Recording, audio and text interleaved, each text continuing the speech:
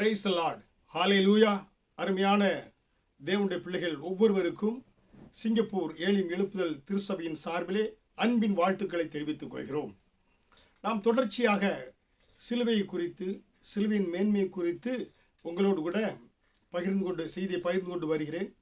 அநேகர் இந்திய தேசத்திலே, தமிழ்நாட்டிலிருந்து பல இடங்களில் இருந்து எங்களோடு தொலைபேசியில் அவர்கள் தொடர்பு கொண்டு நீங்கள் கொடுக்கக்கூடிய இந்த ஜாய் டிவி நிகழ்ச்சியில் கொடுக்கக்கூடிய ஒவ்வொரு செய்திகளும் எங்களுக்கு மிகவும் ஆவிக்குரிய வாழ்க்கைக்கு பிரயோஜனமாக இருக்கிறது என்று சொல்லி எங்களோடு பகிர்ந்து கொண்டார்கள்.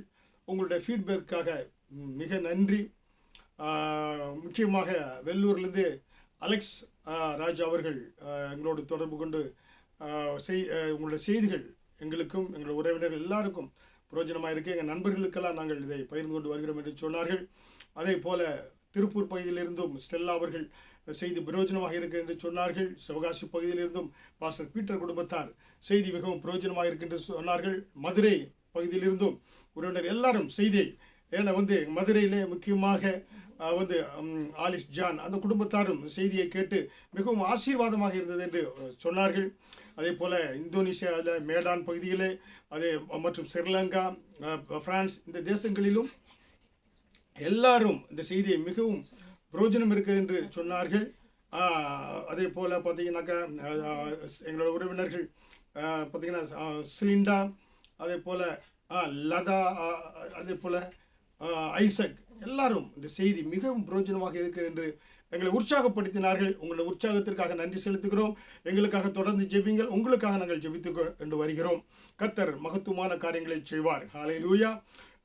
முக்கியமாக இன்றைய நாளில் தொடர்ந்து சிலுவையினுடைய உபதேசத்தை குறித்து நம்ம பார்க்க இருக்கிறோம். 1 கொரிந்தியர் 1ஆம் அதிகாரம் 18வது வசனத்திலே, சிலுவையை பற்றிய உபதேசம் கெட்டு போகிறவர்களுக்கு பைத்தியமாய் இருக்கிறது, ரட்சிக்கப்படுகிற நமக்கு அது தேவ பலனாய் இருக்கிறது என்று 1 கொரிந்தியர் 1ஆம் அதிகாரம் 18வது வசனத்திலே அப்போஸ்தலனாகிய பவுல் சொல்லுகிறார்.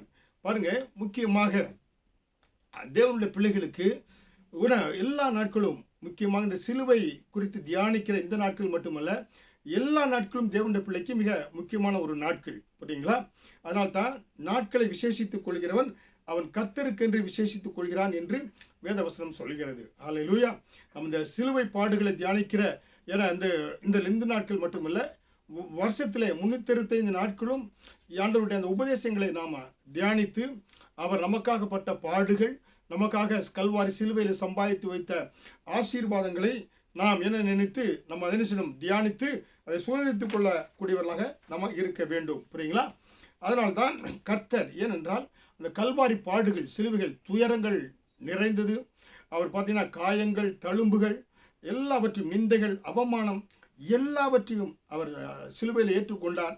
அதை நாம் நினைக்கின்ற பொழுது நம்முடைய உள்ளம் அனல் கொண்டு, தேவனுடைய அன்பினாலே அனல் கொண்டு அனல் மூட்டி எழுப்பக்கூடியதாக இருக்கிற ஒரு அன்பை நினைத்து, அதனாலே தேவனுடைய நேசம் நம்மளை அக்கினியாக, அவருடைய நேசம் அக்கினியை பற்ற வைக்கக்கூடியதாக இருக்கிறது. அதனாலே இந்த நாளிலும் நாம் தொடர்ந்து சிலுவையினுடைய உபதேசத்தை குறித்து நாம் தியானிக்கக்கூடியவர்களாக நம்ம இருப்போம். புரியுங்களா? முக்கியமாக பழங்காலத்திலே குரு சிஷ்யன் என்ற உறவு இருக்கும். குருவானவர் தன்னுடைய சிஷ்யனுக்கு அநேக உபதேசங்களை கற்றுக் கொடுக்கக்கூடியவராக இருப்பார்.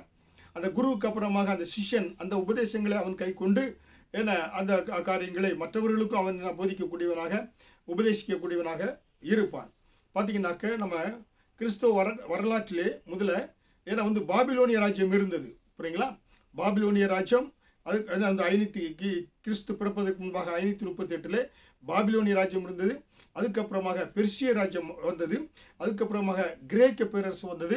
அதுக்கப்புறமாக பூமியிலே ரோம பேரரசு வந்தது. இதெல்லாம் தானியேல் தன்னுடைய கடைசி நாட்களில் நடக்கக்கூடிய காரியங்களிலே எழுதி வைத்திருக்கிறார் இந்த வெளிப்பாடுகளை. அப்போ அந்த பழைய பார்க்கின்ற பொழுது, அதாவது மல்கியா புத்தகத்திற்கும் மத்தேயு புத்தகத்திற்கும் இடையே 400 வருடங்கள் பார்த்தீங்கன்னா இருண்ட வருடங்கள் என்று சொல்வார்கள். அப்படி என்றால் தேவனுக்கும் மனிதனுக்கு எந்த தொடர்பு இல்லை. கர்த்தரிடத்தில் எந்த ஒரு தீர்க்க தரிசனமும் மனிதனுக்கு வரவில்லை. 400 வருடங்கள் அந்த இருண்ட வருடங்கள். அந்த வருடத்திலே கிரேக்க சாம்ராஜ்யம் இந்த பூமியை அரசாண்டது. அதை பார்த்தீங்கன்னா கிபி 336 பார்த்தீங்கன்னா இந்த கிரேக்க சாம்ராஜ்யம் பூமியை அரசாண்டது. அதில் முக்கியமாக அலெக்சாண்டர் அவர் பார்த்தீங்கன்னா 20 வயதில் அவர் வந்து அரசனாக மாபெரும் அரசனாக முடிசூட்டப்பட்டார். 33 வயதில் மரித்து போனார். அந்த நாட்களில் பார்த்தீங்கன்னாக்க சில பார்த்தீங்கன்னா தத்துவ ஞானிகள், இந்த கிரேக்க தத்துவ ஞானிகள் ஏன்னா வந்து சாக்ரட்டிஸ், அரிஸ்டாட்டில், பிளேட்டோ போன்ற இந்த தத்துவ ஞானிகள் எழுப்பினார்கள்.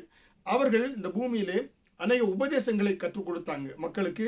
உபதேசங்களை அவங்க கற்றுக்கொண்ட காரியங்கள் உபதேசங்களை எல்லாம் அவர்கள் ஜனங்களுக்கு கற்றுக் கொடுத்தார்கள். அதுக்கப்புறமாக பார்க்கின்ற பொழுது பார்த்தீங்கன்னா அப்போஸ்தலனாகிய பவுல் நாட்களில் கூட கமேலியர் வந்து உபதேசங்களை கற்றுக் கொடுக்கக்கூடியவராக இருந்தார். அப்போஸ்தலனாகிய பவுல் சவுலாக இருக்கின்ற பொழுது அவர் கமேலியோட பாதப்படியில் உட்கார்ந்து அந்த உபதேசங்களை எல்லாம் அவர் கற்றுக்கொண்டார். ஆனால் இயேசுவை எப்பொழுது அவர் பார்த்தீங்கன்னாக்க இயேசு அவரை சந்தித்தாரோ அப்பொழுது முதல் கிறிஸ்துவின் உபதேசங்களை கற்றுக்கொண்டு அதை சுவிசேஷமாக அறிவிக்க தொடங்கினார். சபைகளுடன் ஸ்தாபித்து சபைகளுக்கு கிறிஸ்துவின் உபதேசத்தை விதையாக விதைத்தார் என்று அப்போஸ்தலனாகிய பவுல் விதைத்தார் என்று நாம் பார்க்கிறோம். அதே போல பாருங்க, புத்தர் பார்த்தீங்கன்னாக்க புத்தர் அப்படித்தான். அவருக்கு உபதேசம் போதி மரத்துக்கு அடியில் உட்கார்ந்ததுனால வந்தது என்று சொல்லுவார்கள். ஆனால் அவர் ஒருவேளை அந்த நாட்கள் நான் வாழ்ந்திருந்தேன் என்றால் அவர்கிட்ட கேட்டிருப்பேன், என்னங்க நீங்க இப்படி குடும்பம் குட்டி பிள்ளைகளாக வாழ்ந்து எல்லாவற்றையும் அனுபவித்து விட்டு நீங்க இப்படி குடும்பத்தை நடுத்தரில் விட்டுட்டு போறீங்களே, இது நல்லதா என்று நான் கேட்டு இருப்பேன். ஆனால் அது வந்து பார்த்தீங்கன்னாக்க ஆனால் அந்த உபதேசங்கள் நம்முடைய காரியங்களுக்கு அது வந்து ஒத்து வராததாக இருக்கக்கூடியதாக இருக்கிறது.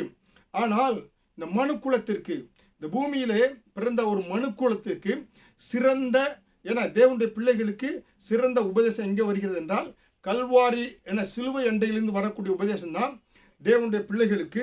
அது பார்த்தீங்கன்னாக்கா அந்த உபதேசம் நமக்கு நித்தியம் வரை, இந்த பூமியில் மட்டுமல்ல நித்தியம் வரை நம்ம செல்வதற்கு நம்ம வழி நடத்தக்கூடியதாக அந்த உபதேசம் இருக்கக்கூடியதாக இருக்கிறது. ஹல்லேலூயா. பாருங்க, கிறிஸ்துவோடு கூட நெருங்கி வாழ்ந்த வந்து சாது சுந்தர் சிங் என்று சொல்லக்கூடியவர் திருவடி உபதேசம் என்ற புத்தகத்தை எழுதி வெளியிட்டாராம். அதற்கு முன்பதாக கூட தாமஸ் கெம்பிஸ் என்பவர் இமிட்டேஷன் ஆஃப் கிரைஸ்ட் என்ற ஒரு உபதேசத்தை கூட எழுதி 1628 வருடத்தில் அவர் பார்த்தீங்கன்னாக்கா அந்த காரியங்களை எழுதி 15ஆம் நூற்றாண்டிலே தாமஸ் கெம்பிஸ் என்பவர் இமிட்டேஷன் ஆஃப் கிரைஸ்ட் என்ற உபதேசத்தை குறித்து அவர் எழுதிய புத்தகங்கள் அந்த நாட்களில் வெளியிடப்பட்டிருக்கிறது. அதே போல பார்த்தீங்கன்னாக்க வேத புத்தகத்திற்கு அடுத்ததாக நம்ம விற்பனையான புத்தகம், உலகத்திலே அதிகமாக விற்பனையான புத்தகம், விற்பனை ஆகி கொண்டிருக்கிற ஒரு புத்தகம் பைபிள். நம்முடைய வேத புத்தகம் தான் எல்லா மொழிகளிலும் எல்லா இடங்களிலும் அதிகமாக விற்பனை ஆகி கொண்டிருக்கிற புத்தகம். அதுக்கப்புறமாக பார்த்தீங்கன்னாக்க பில்கிரிம்ஸ் ப்ரோக்ரஸ், அதாவது ஜான் பன்யன் எழுதிய வந்து மோட்ச பயணம் என்ற அந்த புத்தகம் தான் பைபிளுக்கு அப்புறமாக எழுதின அதிகமாக விற்கப்பட்ட புத்தகம். அதிலேயும் அநேக அவர் கிறிஸ்துவ உபதேசத்தை குறித்து அந்த ஜான் பன்யன் எழுதியிருக்கிறார். புரியுங்களா? ஆனால் இயேசு கிறிஸ்து கல்வாரி சிலுவையிலே வந்து பார்த்தீங்கன்னா சொல்றாங்க, காலை 9 மணி முதல் மாலை 6 மணி வரை 3 மணி வரை 6 மணி நேரம் அவர் சிலுவையில் தொங்கிக் கொண்டிருந்தாராம். தொங்கிக் கொண்டிருக்கின்ற பொழுது பார்த்தீங்கன்னாக்க அவர் சிலுவையின் பொன்மொழிகள் என்று நம்ம 7 சிலுவையில் சொன்ன வார்த்தைகளை குறித்து நம்ம தியானிக்க இருக்கிறோம். 7 வார்த்தைகளே வாயைத்திருந்து அவர் சொன்னார், சிலுவையின் பொன்மொழிகள் என்று சொல்லக்கூடிய. ஆனால் இயேசு மௌனமாக இருந்தார். மௌனமாக இருக்கின்ற பொழுதே அவர் அதன் மூலமாக சில உபதேசங்களை நமக்கு கற்றுக் கொடுத்தார் என்று நாம் பார்க்கிறோம். புரியுங்களா? அதனாலே பார்க்கின்ற பொழுது இந்த 7 உபதேசங்களும் தொடர்ச்சியாக சொல்லவில்லை, அவர் சில இடைவெளி விட்டு சொல்லியிருக்கிறார். ஆனால் அவருடைய மௌனம் அநேக காரியங்களை, உபதேசங்களை நமக்கு விளக்கி காண்பிக்கக்கூடியதாக இருக்கிறது. அதனால் தான் ஏசாயா 53வது அதிகாரம் 7வது வசனத்திலே அவர் சத்தமிடாத ஆட்டுக்குட்டியை போலவும் அவர் தம்முடைய வாயை திறவாதிருந்தார். புரியுங்களா? சிலுவையிலே அவர் வாயை திறந்து சொன்ன 7 பொன்மொழிகள், அது போல அவர் அமைதியாக இருக்கின்ற போது கூட சில உபதேசங்களை அதன் மூலமாக நமக்கு கற்றுக் கொடுத்தார் என்று நம்ம பார்க்கிறோம். அப்படி என்றால் அதை குறித்து இன்றைக்கு தியானிக்கின்ற பொழுது முதல்ல என்ன சொல்கிறார் பாருங்க, அந்த சிலுவை உபதேசத்தினுடைய அஸ்திபாரமே அந்த அடிப்படை என்ன என்றால், இயேசு நம் ஒவ்வொருவரையும் தனிப்பட்ட ஒவ்வொருவரையும் பார்த்து, மகனே மகளே நான் உன்னை நேசிக்கிறேன், உண்மையில் நான் அன்பு செலுத்துகிறேன் என்று சொல்லக்கூடிய அந்த உபதேசம்தான் சிலுவையின் உபதேசம். சிலுவையில் இயேசு காண்பித்த மகா பெரிய காரியம் என்னவென்றால் அன்பின் உபதேசத்தை ஆண்டவர் காண்பித்தார். வேத புத்தகத்தை நம்ம எடுத்துக்கொண்டால் பார்த்தீங்கன்னாக்க ஆதியாகமம் முதல் வெளிப்படுத்தல் விசேஷம் வரை 66 புத்தகம். இந்த 66 புத்தகத்தை எடுத்து சாறு பிழிந்தால் அதில் அன்பு தான் வெளிப்படும். அன்பு தான் சொட்டு சொட்டாய் நமக்கு கிடைக்கும். அப்படி அன்பின் அந்த உபதேசத்தை 66 புத்தகங்களில் ஆண்டவர் நமக்கு சொல்லி இருக்கிறார். ஆனால் இந்த சிலுவை பாடுகளிலே அவர் பாடுபட்ட அந்த உபதேசத்தை நாம் பார்க்கின்ற பொழுது கல்மனமும் உருகும் கல்வாரியின் அன்பை என நினைக்கின்ற பொழுது எப்படிப்பட்ட ஒரு கல்மனமும் உருகுமா கல்வாரியின் அன்பை நீங்க தியானிக்கின்ற பொழுது கல்மனம் கூட உருகி போய் விடுமா. அதனால்தான் ஒருவன் யோவான் 15வது அதிகாரம் வசனம் 13வது வசனத்திலே ஒருவன் தன் சிநேகிதருக்காக தன் ஜீவனை கொடுக்கிற அன்பிலும் அதிகமான அன்பு ஒருவரிடத்திலும் இல்லை. புரியுங்களா? இந்த வேத வசனத்தின்படி யோவான் 15:13 படி ஒருவன் தன் சிநேகிதனுக்காக ஜீவனை கொடுக்கிற அன்பிலும் அதிகமான அன்பு ஒருவரிடத்திலும் இல்லை என்ற வேத வசனத்தின்படி இயேசு கிறிஸ்து தன் சொந்த ஜீவனையே கொடுத்து நமக்கு ஜீவனை கொடுத்து நம்மை வந்து நரகத்திலிருந்து பாவத்திலிருந்து நம்மை மீட்டெடுத்து இருக்கிறார். அதன் மூலம் அவர் அன்பு வெளிப்படக்கூடியதாக இருக்கிறது. ஹல்லேலூயா. அருமையான தேவனுடைய பிள்ளைகளே, இந்த கல்வாரியினுடைய அன்பை நினைக்கின்ற பொழுது கல்வாரி அன்பு சும்மா இல்லை, தன் சொந்த ரத்தத்தை சிந்தி நம்மை மீட்டெடுத்து இருக்கிறார். அந்த அன்பை நம்ம நினைத்து ஒவ்வொரு நாளும் கர்த்தரை துதிக்க வேண்டும். உலகத்திலே பலவிதமான அன்பு இருக்கிறது. கணவன் மனைவிக்கிடையே இருக்கக்கூடிய அன்பு, பெற்றோர் பிள்ளைகளிடையே இருக்கக்கூடிய அன்பு, நண்பர்களுக்கிடையே இருக்கக்கூடிய அன்பு, இப்படி பல்வேறு விதமான அன்புகள் பூமியில இருக்கிறது. சில அன்புகள் போலியான அன்பு, சுயநலமான அன்பு, ஆசை காட்டி மோசம் போக்கும் அன்பு, மாய்மாலமான அன்பு, இப்படி அன்புகள் இருக்கிறது. இந்த அன்பை குறித்தே ஒரு தொடர் போதனையாக நான் இதற்கு முன்பாக செய்தி வெளியிட்டு இருக்கிறேன்.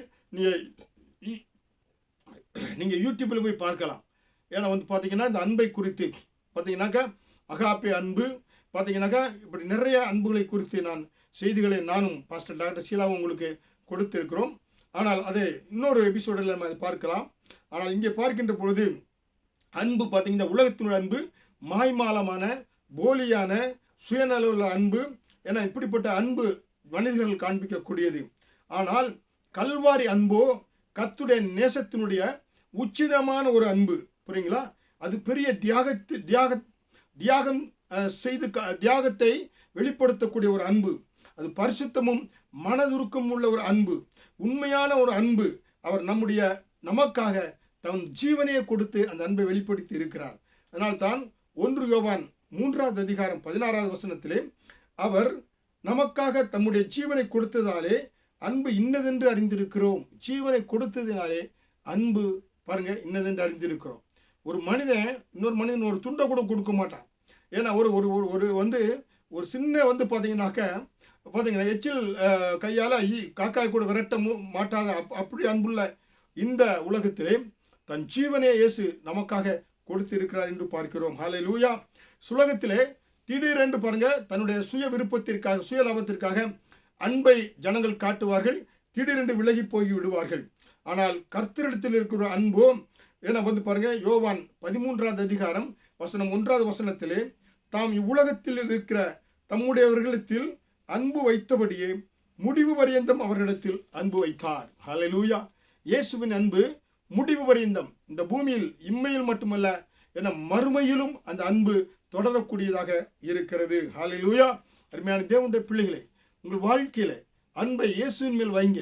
மற்ற கேர்ள் ஃப்ரெண்டோ பாய் ஃப்ரெண்டோ ஒரு கள்ள நண்பர்களுடையோ நீங்க உறவு வைத்தா அன்பு மாறிவிடும். அது மரணத்துக்குள்ளாக நம்மை இழுத்து சென்று விடும், கண்ணீர் கவலைக்குள்ளாக இழுத்து சென்று விடும். இந்த உலகத்தில் மாறாத ஒரு அன்பு, முடிவு வரைந்தும் நிற்கக்கூடிய அன்பு இயேசுவின் அன்பு என்பதை பார்க்கிறோம். ஹல்லேலூயா. அதனால தான் ஒரு முறை தமிழ்நாட்டில் ஒரு சிறைச்சாலையில் ஒருவனை ஒரு கொலை கேஸுக்காக அவனை தூக்கு தண்டனை விதித்தார்கள். சிறைச்சாலையில் இருக்கக்கூடிய அந்த தூக்கு தண்டனை விதித்த பொழுது இந்த சிறைச்சாலையில் சென்று பிரிசன் மினிஸ்ட்ரி செய்யக்கூடிய கிறிஸ்தவ நம்ம போதகர்கள் செல்றாங்க. சென்று அப்படிப்பட்ட அந்த ஒரு முறை அந்த தூக்கு தண்டனை கைதியை சந்தித்து அவனுக்கு இயேசுவின் அன்பை குறித்து விளக்கினார்கள்.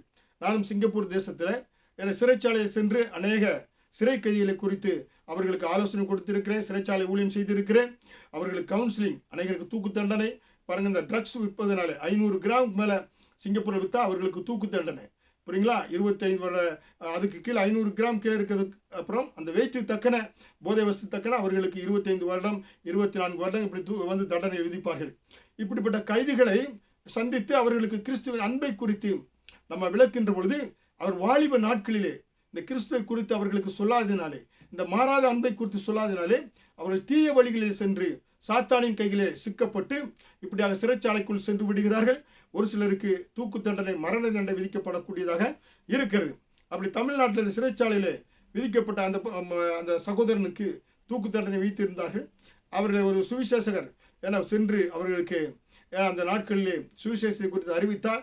இயேசுவின் அன்பை குறித்து அவருக்கு சொன்ன பொழுது, அருமையான தம்பி, உன்னை இயேசு நேசிக்கிறார், உனக்கு தூக்கு தண்டனை வரலாம், இயேசு உன்னை நேசிக்கிறார் என்று அவருக்கு சொன்ன பொழுது அந்த இயேசுவின் அன்பை குறித்து அவர் அதிகமாக தியானித்தார்.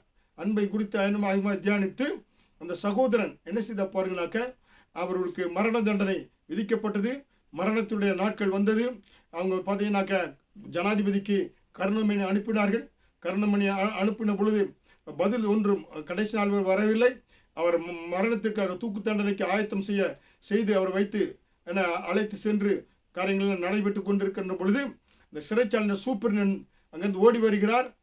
நிப்பாட்டுங்கள், இவருக்கு ஜனாதிபதியிடத்திலே ஏன்னா வந்து நாம் அப்பீல் பண்ணப்பட்ட அந்த கருணை மனு ஏன்னா வந்து இவருக்கு தூக்கு தண்டனை ரத்து செய்யப்பட்டிருக்கிறது என்று சொன்னாராம். பாருங்க, அந்த கிறிஸ்துவ சகோதரன் இயேசுவை நேசித்தான், இயேசுவைக்கு தன் வாழ்க்கை ஒப்பு கொடுத்தான். அன்றைக்கு தூக்கு தண்டனைக்கு முன்பதாக வந்து இயேசு அவனிடத்தில் தெளிவாக அவனோடு பேசி சிறைச்சாலை விட்டு கடந்து சென்றான். ஒன்றுக்கு ஒன்றும் ஆகாது என்று சொல்லி அவன் கிறிஸ்து மேலே நம்பிக்கை வைத்ததினாலே தூக்கு தண்டனை கைதிலிருந்து அந்த தூக்கு தண்டனையில் அவன் தப்பிக்கப்பட்டான். மீண்டும் சிறைச்சாலை நல்ல ஒழுக்கமுள்ளவனாக வளர்ந்தான். அநேகருக்கு அவனை லீடராக போட்டாங்க. அவனுடைய நன்னடத்தின் காரணமாக அதிவிரைவில் ஒரு 10 வருடத்துக்குள்ளாக அவனை என்ன செய்தார்கள், அதிலிருந்து சிறைச்சாலையிலிருந்து அவனை விடுவித்து ஒரு நல்ல மனிதனாக கிறிஸ்துக்கு ஊழியம் செய்யக்கூடியவனாக இருக்கிறார் என்று அவரை குறித்து சாட்சி குறித்து நான் கேள்விப்பட்டேன். ஹல்லேலூயா! அருமையான தேவனுடைய பிள்ளைகளே, கிறிஸ்துவின் அன்பு பாருங்க, தூக்கு மரத்தில் செல்லக்கூடிய அந்த மனிதனை கூட அந்த மனிதனை கூட காப்பாற்றி அந்த அன்பு அவனுக்கு ஒரு ஜீவனை கொடுத்தது என்று நாம் பார்க்கிறோம். ஹல்லேலூயா! அருமையான தேவனுடைய பிள்ளைகளே, அதனாலே உங்க வாழ்க்கையிலே கல்வாரி சிலுவையை நோக்கி பாருங்க. நீங்க அன்பை இழந்திருக்கலாம், அன்பை தவறான வழியில சென்று நீங்க அன்பை இழந்திருக்கலாம், நம்பிக்கை இழந்திருக்கலாம். இந்த செய்தியை கேட்டுக்கொண்டிருக்கிற அருமையான வாலிபனே, வாலிப தம்பியே, வாலிப தங்கச்சியே, அருமையான குடும்பஸ்தர்களே, நீங்கள் உங்கள் அன்பை தவறான விதத்திலே ஒருவேளை இயேசுவை அறியாமல் தவறான விதத்தில் நீங்க அன்பை செலுத்தியிருந்தா, அன்பில தோல்வி அடைந்திருந்தால், இப்பொழுது மாறாத அன்பு வந்து கல்வாரியை நோக்கி பார்க்கின்ற பொழுது கல்மனமும் உருவக்கூடிய அந்த அன்பை நோக்கி பாருங்க. இயேசு கிறிஸ்து உங்களுக்காக தன்னுடைய 2 கரங்களை நீட்டி அந்த உங்களை மார்போடு அரவணைத்து முடிவு வரை அந்த அன்பை செலுத்த ஆவல் உள்ளவராக இருக்கிறார். ஹல்லேலூயா! அதனால்தான் அன்றைக்கு லூக்கா 15வது அதிகாரம் வசனம் 11 முதல் 32வது வசனத்தில் பார்க்கின்ற பொழுது பாருங்க, அன்பு தகப்பன் பின்மாற்றத்தில் சென்ற மகன், புரோடிகல் சன் என்று பார்க்கிறோம். பின்மாற்றத்தில் சென்ற மகன், அப்பா வரும் இஸ்ரவேல் தேசத்துல அப்பா உயிரோடு இருக்கின்ற பொழுது அப்பாவுடைய சொத்தை பிரிச்சோம்னா அப்பா செத்து போனார் என்பதற்கு அது அர்த்தம். அப்படியாக அவன் இளைய குமாரன் என்ன செய்தான், சொத்தை பிரித்து கொண்டு தூர தேசத்துக்கு சென்று அங்க போய் அவன் நினைச்சான் வந்து துன்மார்க்கமாய் ஜீவித்து பணங்களை செலவழித்து பணமெல்லாம் போய்விட்டு கடைசியில் சாப்பிடுவதற்கு கூட இடமில்லாதபடி பன்றி மேய்க்கக்கூடிய வேலை செய்து அந்த பன்றி தவிட்டு கூட கிடைக்காமல் அவன் நினைச்சுதான் அப்படியாக அங்க இருந்தான். அந்த வேலையில கூட அவன் நினைச்சுதான் தகப்பன் வீட்டை நினைத்து பார்த்தான். தகப்பனிடத்துக்கு திரும்பின பொழுது அவன் நினைத்த பாருங்க, என் தகப்பன் வீட்டில் எத்தனையோ வேலைக்காரர் இருக்காங்க, அவங்களுக்கு கிடைக்கூட அந்த சாப்பாடு கூட எனக்கு கிடைத்தா நன்றா இருக்கும் என்று திரும்பி தகப்பனிடத்து வருகின்ற பொழுது தகப்பன் தூரத்தில் வருகிற மகனை பார்த்தான். பாருங்க, அப்ப ஒவ்வொரு நாளும் தகப்பன் சென்ற முதல் தகப்பனை விட்டு பிரிந்து சென்றது முதல் தகப்பனை எப்பொழுது வருவான் என்று அவன் நோக்கி பார்த்திருக்கிறான். இவன் தகப்பனை பார்க்கவில்லை, தகப்பன் இவன் தூரத்தில் வருவதை பார்த்து ஓடி சென்று பாருங்க, அவன் அந்த நாற்றத்தில் பன்றி நாற்றத்தில் அந்த பாருங்க சாணிக்கிடங்களை கிடங்கிற அந்த மனிதனை, அந்த மகனை தகப்பன் அப்படியாக கட்டி அரவணைத்து அவனுக்காக வீட்டில் கொண்டு வந்து உயர்ந்த வஸ்திரங்கள், பாதரட்சைகள், மோதிரங்கள் எல்லாவற்றையும் கொளுத்த கன்று அடித்து அவனை அப்படியாக அன்பு செலுத்தினாராம். புரியுங்களா? அதனால்தான் நம்முடைய ஆண்டவர் சிறியவனை 1 சாமுவேல் 2வது அதிகாரம் 8வது வசனத்தில் சிறியவனை புழுதியிலிருந்தும் எளியவனை குப்பையிலிருந்து தூக்கி பிரபுக்களோடும் ராஜாக்களோடும் உட்கார வைக்கிறவர் நம்முடைய ஆண்டவர். ஹல்லேலூயா. அருமையான தேவனுடைய பிள்ளைகளே, அதனால தான் ஆங்கில வேதாகமத்தில் இப்படி ஒரு சொல்லப்பட்டிருக்குது. He picked from cow dung helm போட்டிருக்கு. சாணி கிடங்கிலிருந்து ஏன்னா அவர் தூக்குறாராம். சாணி கிடங்கில் இருக்கிற மனிதனை ஒருவரும் என்ன நாற்றம் எடுப்பான், திரும்பி பார்க்க மாட்டாங்க. அப்படிப்பட்ட மனிதனை கூட தேவன் தூக்கி எடுத்து பிரபுக்களோடு ராஜாக்களோடு உட்கார வைக்கிறார். அருமையான தேவனுடைய பிள்ளைகளை, செய்தியை கேட்டுக்கொண்டிருக்கிற ஒவ்வொரு தேவனுடைய பிள்ளைகளை, அன்பை இயேசுவினிடத்தில் வைங்க. ஒருவேளை நீ அன்புல மற்ற உலக அன்பை நேசித்து விழுந்து போயிருந்து இருக்கலாம், இல்லை விழுவது போல இருக்கலாம். இந்த செய்தியை கவனத்தோடு கேளுங்க. இயேசுவின் அன்பு மாறாத அன்பு, முடிவு வரையந்தம் நிலைநிற்கிற அன்பு, உங்களுக்காக தன் கடைசி சொட்டு ரத்தத்தை சிந்தி அந்த அன்பை உங்களுக்கு வெளிப்படுத்தி இருக்கிறார். ஹல்லேலூயா. அதனால்தான் இயேசு இந்த பூமியில் வருகின்ற பொழுது அவரிடத்தில் வந்த எல்லாரும் சுகத்தை பெற்றுக்கொண்டாங்க, அற்புதத்தை பெற்றுக்கொண்டாங்க. காரணம் பார்த்தீங்கன்னாக்க ஏன்னா அவர் அன்புள்ளவராக இருந்தார். தேவன் பாருங்க என்ன மேல் அன்பு செலுத்திய நிமித்தமாக பிதாவானவர் தன் சொந்த குமாரனையே பூமிக்கு அனுப்பி அவரை நமக்காக மறிக்கும்படியாக ஒப்பு கொடுத்து தன் அன்பை விளங்க பண்ணினார் என்று பார்க்கிறோம். ஹல்லேலூயா. அதனால் தான் அன்றைக்கு இயேசுவினுடைய அன்பினாலே மார்த்தாள் மரியாள் அவருடைய வீட்டில் ஏற்றுக்கொண்டார்கள். அவருடைய சகோதரனாகிய லாசரு வியாதிப்பட்டு மரித்த பொழுது இயேசு அங்கே கண்ணீர் விட்டார். லாசரை உயிரோடு எழுப்பினார். காரணம் அவருடைய அன்பை அவர் வெளிப்படுத்தக்கூடியவராக இருக்கிறார் என்று யோவான் 11 அதிகாரம் 35 வசனத்துல நாம் பார்க்கலாம். ஹல்லேலூயா. அதனாலே இயேசு சிலுவையில சிந்தின அவருடைய ரத்தம் அது தூய அன்பாக இருக்கிறது. ஹல்லேலூயா. ஏன்னா அந்த அன்பு தாயினுடைய அன்பை காட்டிலும் தகப்பனுடைய அன்பை காட்டிலும் மேலான ஒரு அன்பு. அந்த உலகத்தில் சிறந்த அன்பு தாயினுடைய அன்பா. பாருங்க, தாயினுடைய அன்பு பாருங்க. ஒருவன் புதிதாக கல்யாணம் முடித்தான், அந்த தாய்க்கு தகப்பனாய் போய் இறந்து போயிட்டாரு. தாய் எல்லா பணத்தை செலவழித்து அவனை படிக்க வைத்து திருமணத்தை முடித்து வச்சாங்க. புதிதாக மருமகள் வீட்டுக்கு வந்தா. அப்போ கணவன் தன்னுடைய தாயினிடத்து அன்பு செலுத்துவது இவளுக்கு பிடிக்கல. அதனால அவர் என்ன சொன்னா, புது மனைவி உங்கள் அம்மாவை வீட்டை விட்டு துரத்திருங்க அப்படி சொல்லும்போது அவன் கேட்கவில்லை. உடனே இந்த மனைவி ஒவ்வொரு நாளும் புது மனைவி நச்சரித்ததுனால ஒரு நாள் புது மனைவி என்ன சொன்னா, உங்கள் அம்மாவை நீங்கள் கொன்று வேறங்க தூர துரத்தி கொண்டு விட்டு அவங்க இருதயத்தை காமிச்சாதான் உங்க மேல அன்பு செலுத்துவேன்னு சொன்ன பொழுது இவன் அந்த புது மனைவினுடைய ஆசை 60 நாள் மோகம் 30 நாள் இந்த வார்த்தையின்படியாக அப்பா கூட்டு கொண்டு ஒரு இடத்துல போய் கொன்று அம்மாவுடைய இந்த இருதயத்தை எடுத்துக்கொண்டு வரானா. வருகின்ற பொழுது அவன் ஒரு இடத்துல கால் தடிக்கு கீழே விழ போறானா. இந்த இருதயம் அம்மாவுடைய இருதயம் பேசிட்டான், மகனே பார்த்து போடா, கீழே விழுந்துடாதுடா, உனக்கு ஏதாவது அடிபட்டு போகுமா, அடிபட்டு போய்விடும் என்று அப்படி பேசு அம்மாவுடைய இருதயம் பேசிச்சான். உதாரணத்துக்காக சொல்கிறார்கள், தாயினுடைய அன்பு அப்படிப்பட்ட விலையேறப்பட்ட ஒரு அன்பு. அதை காட்டிலும் ஒரு தகப்பன் தோளில சுமப்பது போல என கர்த்தர்மை சுமந்து கொண்டு வந்தார் என்று இஸ்ரவேல் ஜனங்களை குறித்து தேவன் சொல்கிறார். அப்படி தாயினுடைய அன்பை காட்டிலும் தகப்பனுடைய அன்பை காட்டிலும் சகோதரனுடைய அன்பை காட்டிலும் சிநேகிதனுடைய அன்பை காட்டிலும் இயேசுவின் அன்பு விலையேறப்பட்ட அன்பு. அந்த அன்பை கல்வாரி சிலுவையிலே தன் சொந்த ரத்தத்தை சிந்தி அவர் வெளிப்படுத்தினார். அதனால் தான் உன்னத பாட்டு 1 அதிகாரம் 2 வசனத்திலே பார்க்கின்ற பொழுது அவருடைய நேசம் திராட்சை ரசத்தை பார்க்கலும் இன்பமானது. பார்த்தீங்களா, தேவனுடைய நேசம் திராட்சை ரசத்தை பார்க்கலும் இன்பமானதாக இருக்கிறது. அருமையான தேவனுடைய பிள்ளைகளை, இந்த கல்வாரி சிலுவை அந்த உபதேசம் நமக்கு சொல்லக்கூடிய காரியம், தன் 2 கரங்களை விரித்தவராய் நான் இவ்வளவாய் உங்களுக்கு அன்பு கூறுகிறேன் என என்று ஆண்டவர் காண்பிக்கிறார். அதனால் இந்த சிலுவை தியானத்தை தியானிக்கிற நாம் அவருடைய அன்பை ருசித்து பார்ப்போம். தேவனுடைய அன்பை நம்ம ருசிக்க உலக அன்போ மற்றொரு அன்போ நமக்கு பெரிதாக தெரியாது.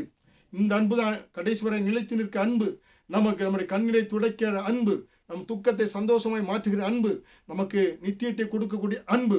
அருமையான தேவனுடைய பிள்ளைகளே, தேவனுடைய அன்பிலே நிலைத்து நிற்க சிலுவையின் உபதேசம் எதை காண்பிக்கிறது? சிலுவை இயேசு கிறிஸ்துவினுடைய அன்பை நமக்கு வெளிப்படுத்தக்கூடியதாக இருக்கிறது. 2வதாக அவர் என்ன சொல்கிறார்? உன்னை மன்னிக்கிறேன் மகளே என்று மகளே என்று சொல்கிறார். நம்மை மன்னிக்கக்கூடிய தேவனாக இருக்கிறார். சிலுவையினுடைய உபதேசம் மன்னிப்பின் உபதேசமாக இருக்கிறது. அதனால்தான் இயேசு கிறிஸ்து என சிலுவையில் இருக்கின்ற பொழுது அவர் என்ன செய்தார் பார்த்தீங்கன்னாக்க, பிதாவை இவர்களுக்கு மன்னியும் என்று ஆண்டவரிடத்தில் நமக்காக கேட்டார் என்று பார்க்கிறோம். ஹல்லேலூயா. பிதாவை இவர்களுக்கு மன்னியும், தாங்கள் செய்கிறது என்னதென்று அறியாதிருக்கிறார்களே.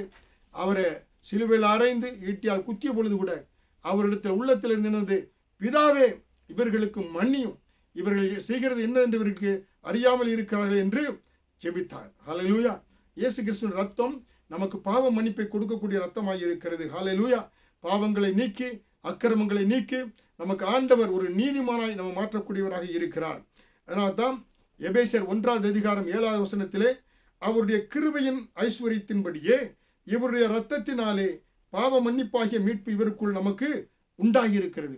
நீங்கள் எப்படிப்பட்ட பாவியாக இருந்தாலும் இயேசுவிடம் வருகின்ற பொழுது, அவரை சொந்த இரட்சகராக ஏற்றுக்கொள்கின்ற பொழுது, இயேசு கிறிஸ்துவினுடைய இரத்தத்தின் மூலமாக பாவ மன்னிப்பாகிய மீட்பை உங்களுக்கு அவர் கொடுக்கக்கூடியவராக இருக்கிறார். ஹல்லேலூயா.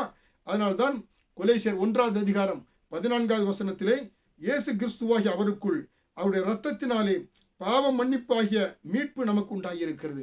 இந்த உலகத்தில் மனிதனுக்கு ஒரே ஒரு வழி, ஏன்னா அவனுக்கு பாவ மன்னிப்புக்கு இயேசு கிறிஸ்துவின் ரத்தம் தான் என்று கொலோசியர் 1:14 பவுல் சொல்கிறார். ஹல்லேலூயா. அதனால்தான் உலகத்திலே எத்தனையோ மதங்கள் வந்திருக்கலாம், எத்தனையோ தத்துவ ஞானிகள் உலகத்திலே வந்திருக்கலாம்.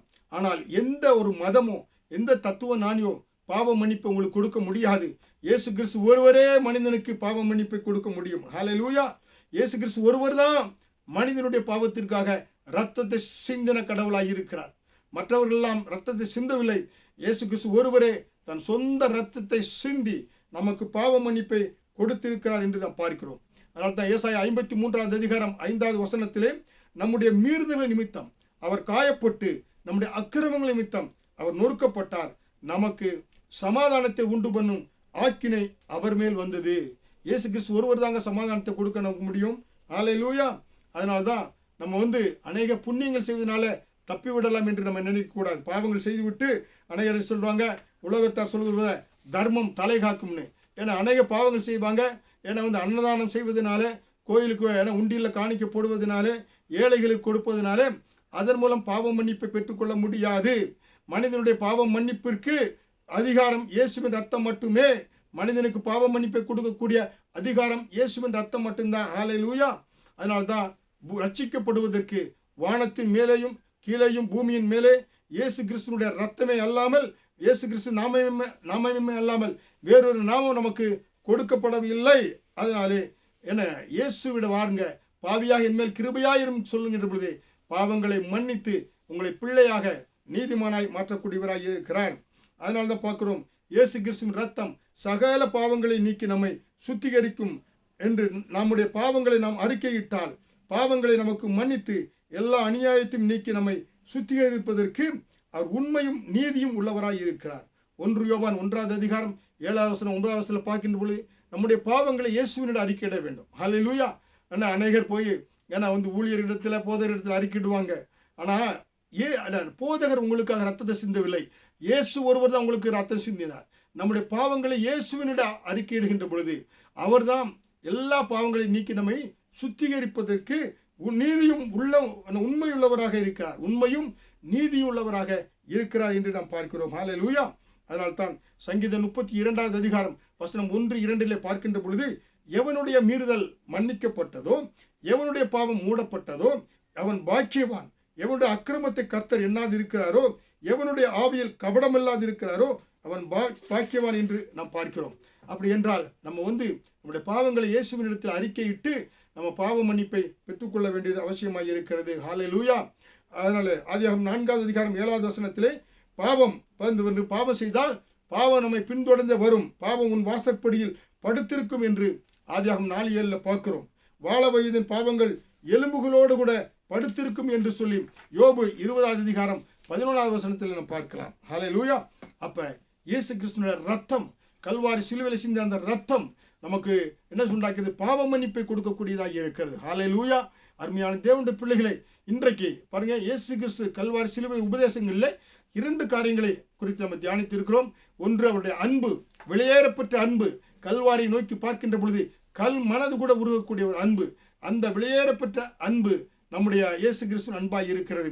2வது, நம்முடைய பாவம் எப்படிப்பட்ட வெண்மையாக இருந்தாலும், ரத்தாம்பரம் போல பாவம் இருந்தாலும் அது வெண்மையான பஞ்சை போல மாற்றக்கூடியவர் நம்முடைய இயேசு கிறிஸ்து. நம்முடைய எல்லா பாவங்களையும் நீக்கி நம்மை சுத்திகரித்து நீதிமானாய் அவருடைய பிள்ளையாய் மாற்றி அவர் எப்பொழுது அவரோடு கூட நம்மை சேர்த்து கொள்ளக்கூடியவராய் இருக்கிறார். ஹல்லேலூயா.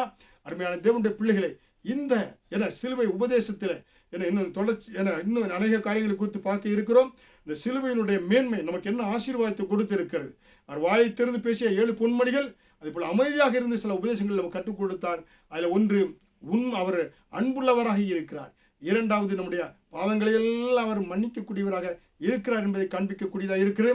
அருமையான தேவனுடைய பிள்ளைகளே, தொடர்ந்து இந்த சிலுவை உபதேசத்தை குறித்தும் இயேசுவின் அன்பை குறித்தும் இந்த சத்தியங்களை நீங்க அவளோடு ஒவ்வொரு நாளும் இந்த தொலைக்காட்சி முன்பாக வந்து கேளுங்க, செய்திகளை கேளுங்க. இது உங்களுக்கு மிக பிரயோஜனமாக இருக்கும். உங்கள் நண்பர்களுக்கு இதை பகிர்ந்து கொள்ளுங்கள். உங்களுடைய ஆசீர்வாதங்களை குறித்து, பெற்ற ஆசீர்வாதங்களை குறித்து எங்களோடு கூட தொடர்பு கொள்ளுங்க. உங்களுக்காக ஜெபிக்கிறோம். பரிசுத்த ஆவியானவருடைய அன்பு உங்களை தொடர்ந்து வழி நடத்தும். எல்லா தீங்குக்கும் வியாதிகளுக்கும் பாதுகாத்து கர்த்தர் உங்களை ஜீவனுள்ள சாட்சியாக இந்த பூமியில் வைப்பார். கர்த்தர் நாம மகிமைப்படுவதாக. ஆமேன்.